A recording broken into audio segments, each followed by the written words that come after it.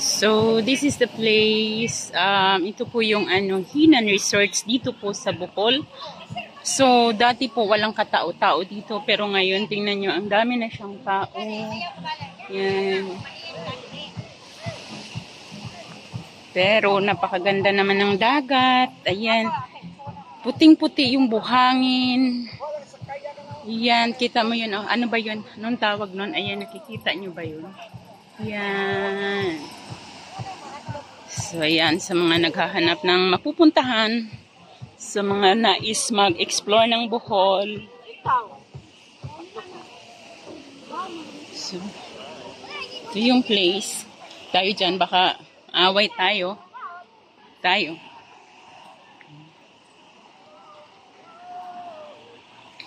So, ito po ay dito po ito sa Alona ng Bohol. So, ito yung Hinan. Yan. Hinan Beach Resort.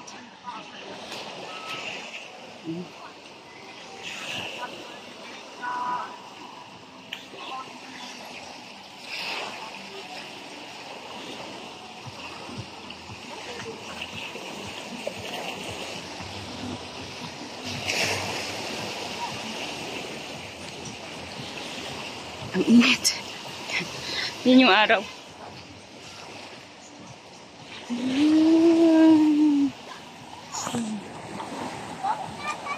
If you want to explore Bohol, just try this beautiful place in Alona. Marami pa pong ibang pwedeng puntahan. Like Amarela or Libaong. But common po kasi itong tawag nito, itong Alona.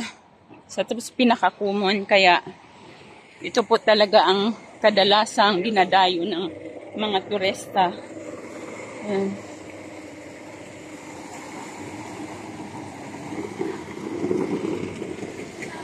Kung na alam kung nasaan na ba ako, ang init kasi. Ayan, galing lang sila nag scuba diving. Itong mga nakabangka na ito. Galing lang ng scuba diving yan. Yan. Kahit saan, ang dami mo nang makikitang foreigner. Anywhere.